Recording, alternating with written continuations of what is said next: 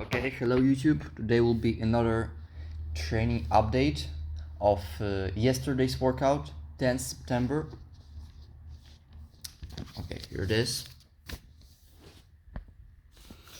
Here it starts now. So, even though my last session of that particular workout variation, I started with dumbbell rolls and calf raises, followed by pullovers and glute raises. Like, I just thought to myself, down, zercher deadlifts and sit-ups.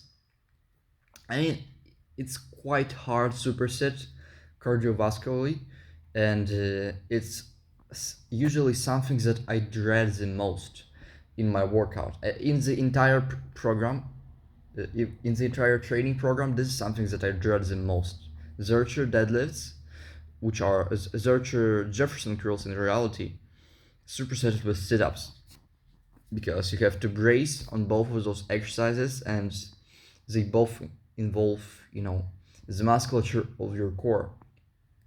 So even between those sets, even this is a superset, you just have to rest, because if after sit-ups you would attempt to do Zercher Jefferson curls right away, you'll find that it would be really hard to brace properly, and you'll just burn out very quickly. So I rest about a minute between each of those, between Zercher deadlifts and between sit-ups. I mean, after Zercher deadlifts and after sit-ups.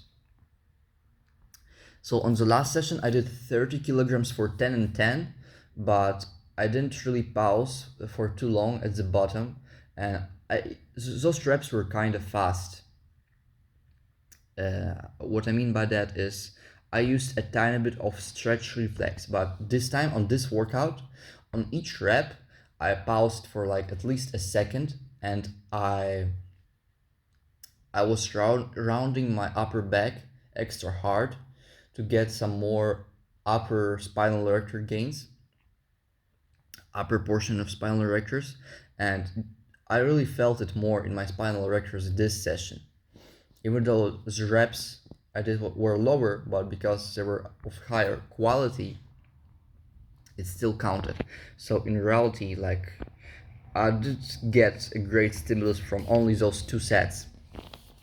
Even though I had like 2 reps in reserve, damn, the stimulus I got was bananas. Like, it felt tremendous. Even though objectively, like 2 sets with 2 reps in reserve, this is like 50% of potential stimulus you can get from a training session, within a training session, so it's not much at all, but I felt it. Yeah, this time slower. And 2 out of 10 lower back, I don't know if that was the case, because it felt mostly fine. I think the sensation of my lower back, being in pain, I mean, it was really SI joint, so that's something very good. It is just the portion of spinal erectors just above SI joint, so when the place, I mean, from the place where spinal erectors insert, and slightly above that, like 6 inches above that, this portion was really sore, as well as the portion from my neck down, 6 to 8 inches as well. So those 2 portions of my spinal erectors were the most fired up. Yeah, so I don't know if it's really discomfort, 2 out of 10, but I mean, to be precautious, I just write that down, so I'll not push too hard next time. Yeah, when it comes to sit-ups, I did 2 sets as well, but I somehow managed to perform the same amount of reps, even though they were pretty much to failure. I think this is because on the second set, I rested between reps a bit more, and maybe the range of motion and the pause at the bottom wasn't exactly there. So again, but all of those sets were to failure. I mean, at least it felt like it, because the last set, it was like I was barely getting up. Like, it was very slowly on the way up, and I really felt it in my abs. Yeah, so that was good.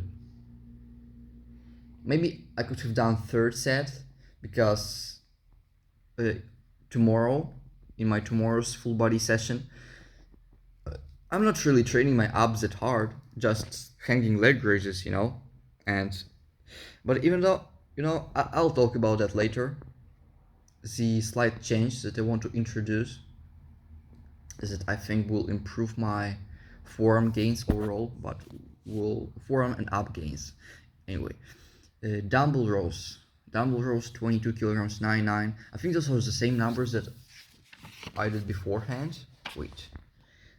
On the last session, I did dumbbell rows 22. Rest pause 9-3. Yeah. But the thing is, even though here the zero deadlifts are first, I did dumbbell rows first. The way I do write it down, the first thing I do before my workout is writing down every exercise I will do, and when it comes to the order of exercises, it's up to me. But on this particular training session, I stuck to the order of what I have thrown down here. So dumbbell rows, 22 kilograms for 9-9. I think I had like 1 to 2 reps in reserve here. Oh yeah, I wrote that down. 2 out of 10 shoulder. Yeah, the right shoulder hurted a bit, but that's not a big deal.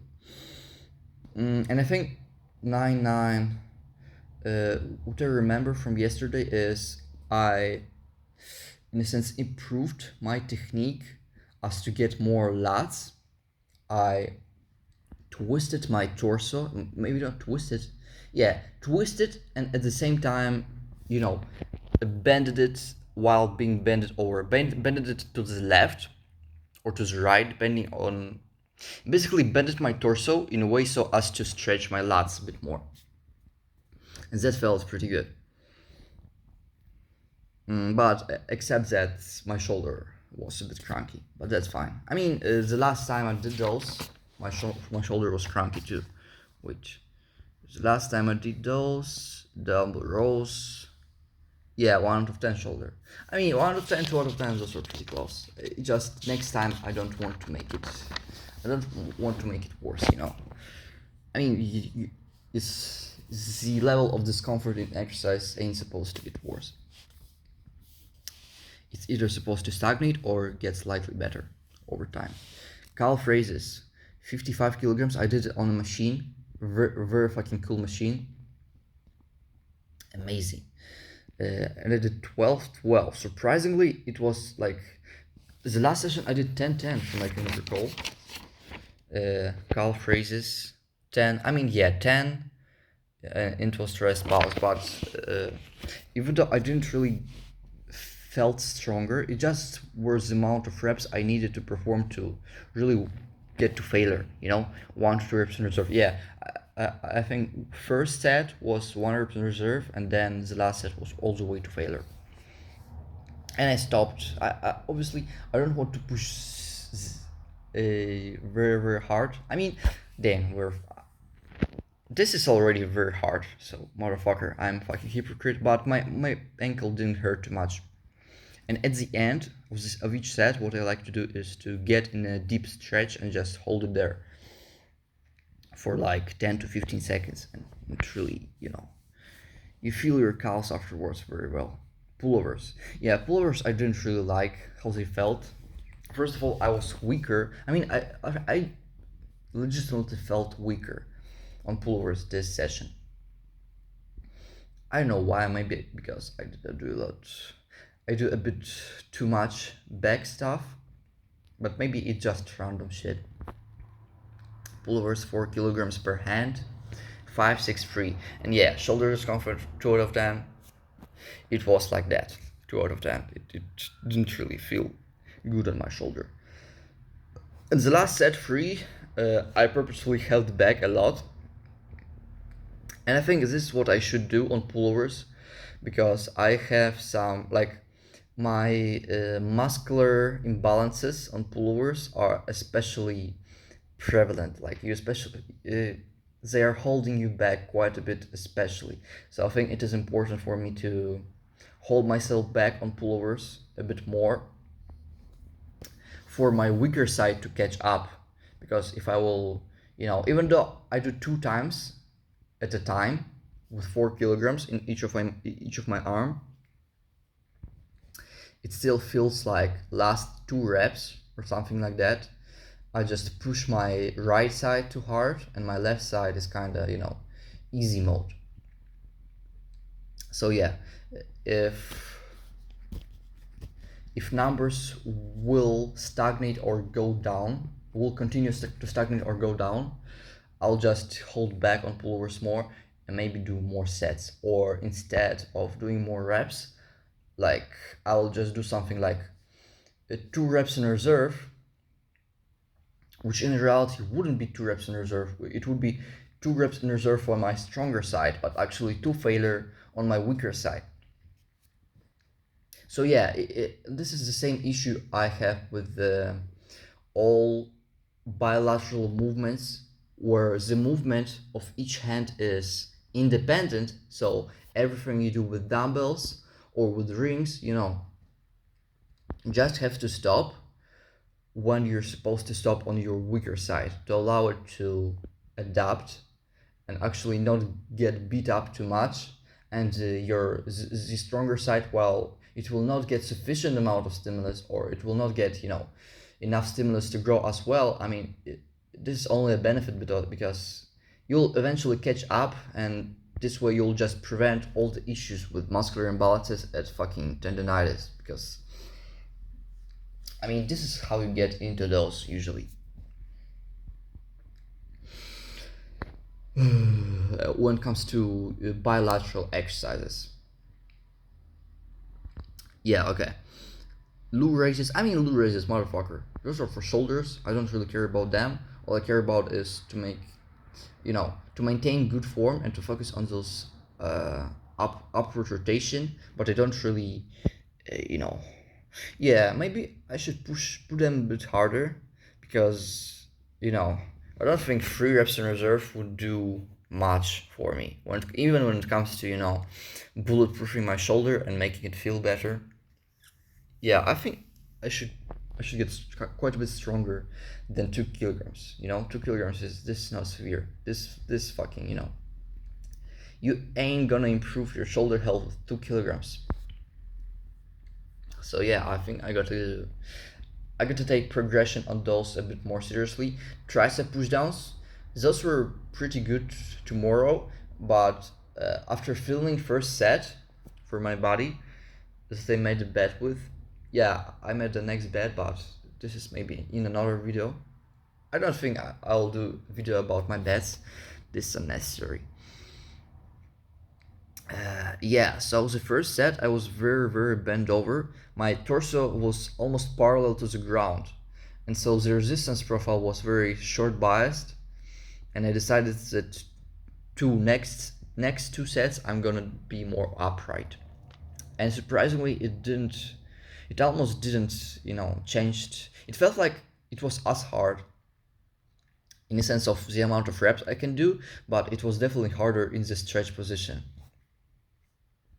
The resistance profile was still short and biased, but more more neutral, like about 90, maybe 100 degrees. So this is definitely a better way to do those. You can bend your torso forward a bit, but not too much. Not like I did the first set. I was like to the ground. I was like this, bend over. This is too much. By the way, look at him. He looks cool, huh? Maybe I'll make another short video about him. This is the same guy from that Whispers in the Dark short, but with armor and weapons. Damn, his design, I really love it. Like, even though he's so small, he looks cool as hell. Heat orange and silver and a bit of black. This is just amazing. Yeah, even though his back is pretty much bare, I mean, his back is better because I put a holder that you can put his shield and sword on. When once his armor or when his weapons are on his back, it looks even better. Yeah, legs are better, but I don't give a shit about that. He looks cool as hell from the front. Anyway, I came off topic again. So yeah, tricep extensions. They were perfectly comfortable on my shoulders, but on my 1 out of 10 shoulder. But yeah, no. On my shoulders. Wait, this is a mistake because I meant to write elbow. Wait, motherfucker, this is not it. Elbow. Okay, here. So yeah, 0 reps in reserve. Even though I did 7-7, I mean, it felt like the sticking points were just I was pushing for like 4 or 5 seconds, and it just wasn't going down. So it was all the way to failure. I can confirm you that. Ooh, yeah. So 1 out of 10 elbow. The shoulder felt perfectly fine. Wait, 1 out of 10 wrist. Yeah, when it comes to cable curl, I only wrote about the wrist. If it was my shoulder and shoulder was a bit in pain too, but only a tiny bit. So on the first set, I held myself back a bit, even though only a tiny bit, like because the first set was very close to failure. Maybe with a big stretch it was 1 rep in reserve, but motherfucker, my arms are what a bit above 13 inches. I don't need to make every set to failure to grow. Like 1 rep in reserve is already will already do wonders for me, but I mean, I'm going to failure anyway, so most of the time.